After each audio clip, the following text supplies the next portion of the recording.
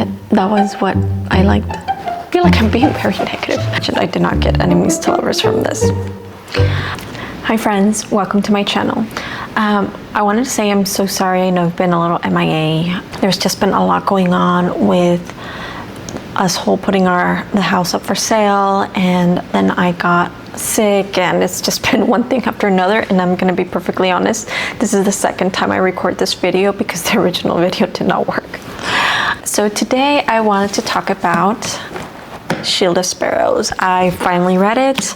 I know so many people love this book, and I'm gonna be honest, I wanted to love it too. It got a lot of hype. A lot of people were recommending it. When I asked on Instagram and on TikTok, for me, it just did not live up to the hype it has. So today I wanted to go over what worked, what didn't, and my overall rating on the book. Alrighty, so I have Goodreads pulled up on my phone, and I just want to read what their summary of the book is, because there's something on here that made me laugh when I read it. Shield of Sparrows is a slow burn, high stakes romantasy perfect for fans of Sarah J. Maas and Rebecca Yarros, where enemies become lovers, monsters stalk a cursed realm, and a forgotten princess finds the strength to tear off her crown and become the warrior she was never meant to be. The gods sent monsters to the 5 kingdoms to remind mortals they must kneel. I've spent my life kneeling to their will and to my father's. As a princess, my only duty is to wear the crown and obey the king. I was never meant to rule, never meant to fight, and I was never supposed to be the daughter who sealed an ancient treaty with her own blood. But that changed the fateful day I stepped into my father's throne room. The day a legendary monster hunter sailed to our shores. The day a prince ruined my life. Now I'm crossing treacherous lands beside a warrior who despises me as much as I despise him. Bound to a future I didn't choose, and a husband I barely know. When I read the Goodreads summary, I'm just like, what? This enemies to lovers? I can't, no. But anyway, I know it says it's enemies to lovers, and there is a conflict between our main protagonist and the love interest, but I wouldn't say they're enemies at all.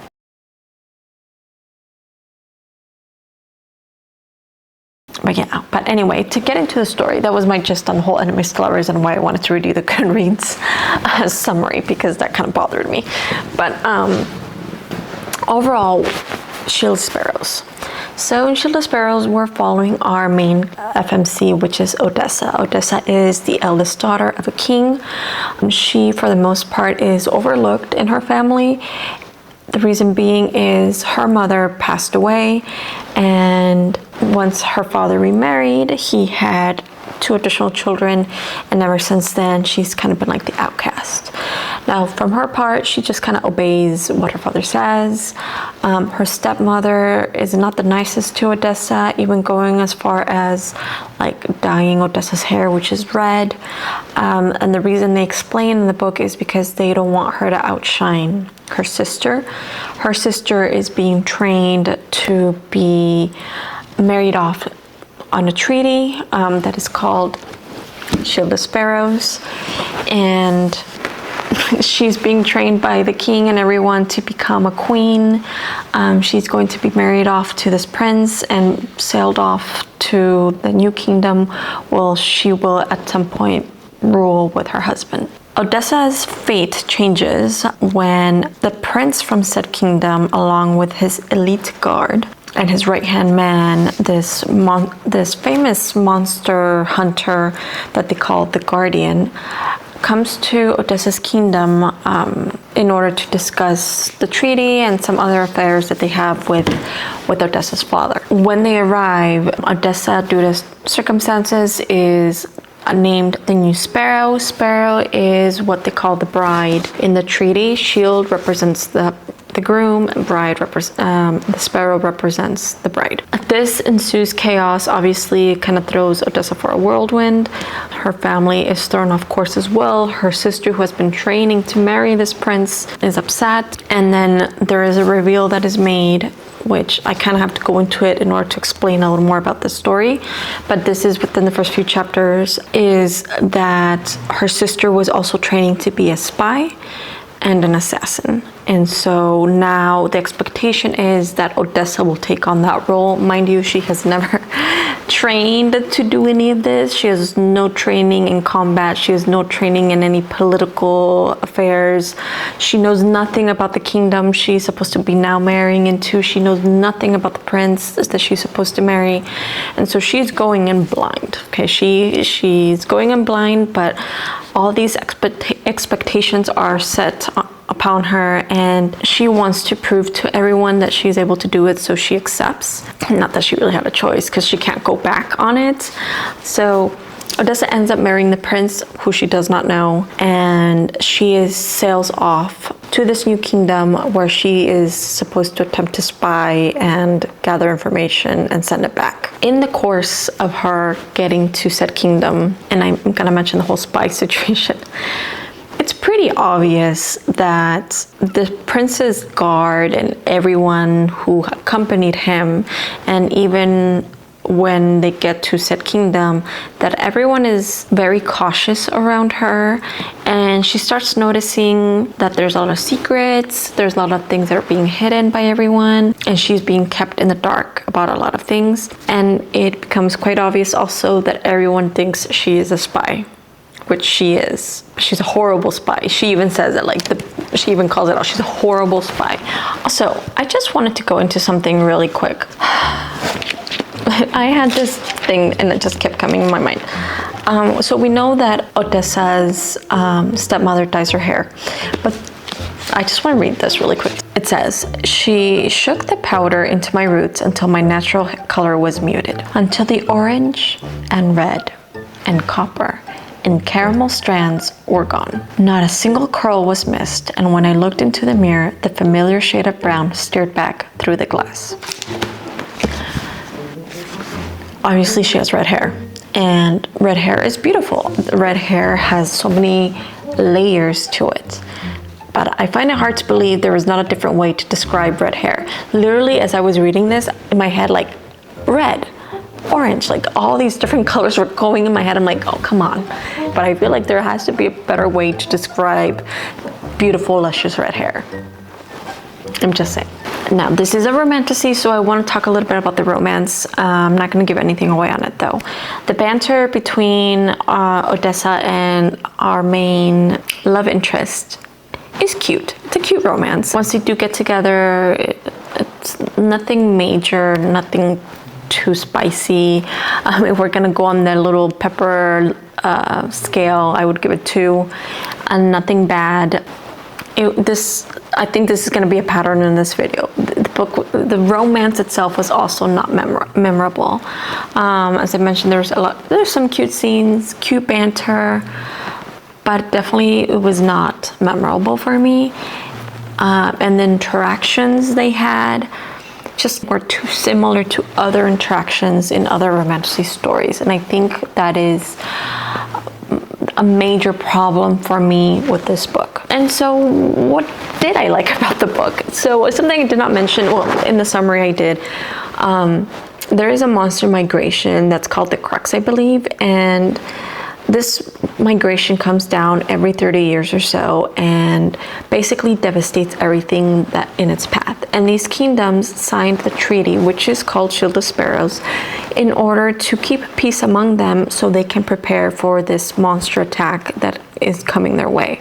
Now in the story, this migration is a few months off, so they're expecting it in the next 4 months around there.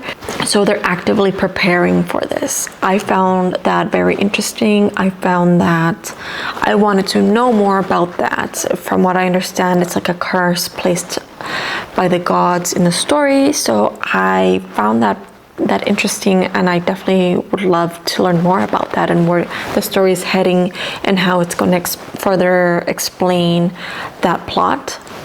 Definitely, I enjoyed it. I thought that was different.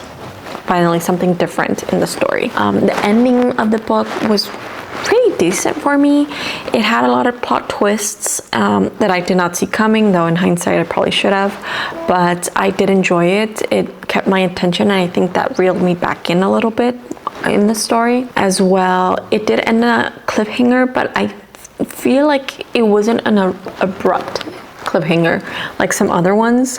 I did enjoy how it ended and didn't feel like I was like, oh my gosh, all of a sudden that's it, this is how you're ending the story. No, I thought the ending was pretty good, and so I think it was good enough that I do want to check out the sequel in hopes that they will explain the whole monster migration a little more, and we could get more detail in that and backstory on Odessa's mother, which I feel, this is my feeling, this is a theory, I might be completely wrong, I feel like it's going to come into play because they don't really mention as to how her mother died, and certain things are implied throughout the book that makes me believe that's where it's going to focus on, and I am interested in that. Also, again, this is just a theory. This is just where my mind went as I was reading it. I feel like Odessa's stepmother is gonna know more than what we are led to believe, and I feel her whole dyeing her hair, there's more to that. That's my feeling. Like, I feel like she was doing that for a reason, and it's not the reason Odessa or believes or what we're led to believe. I think there's something behind it, and I hope that is the case. I think it would make for an interesting twist, but we'll see what happens. The sequel comes out on April 7th. So yeah, what were my overall thoughts? Because I feel like I'm all over the place with this video. It was too repetitive for me. It just felt way too familiar to other stories, and it became too predictable that I could not fully enjoy it. At times, I also felt like Odessa's character, even though she's supposed to be 23, she comes off as a teenager just by the choices, her thoughts, because the whole book is on her POV, and she just came off as very immature at times.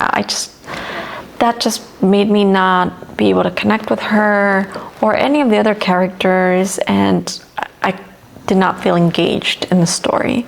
So I'm giving it 3.5 stars. I am curious enough that I will check out the sequel, hoping that it does go more into those other details that I mentioned. But yeah, that was my spiel on Shield of Sparrows.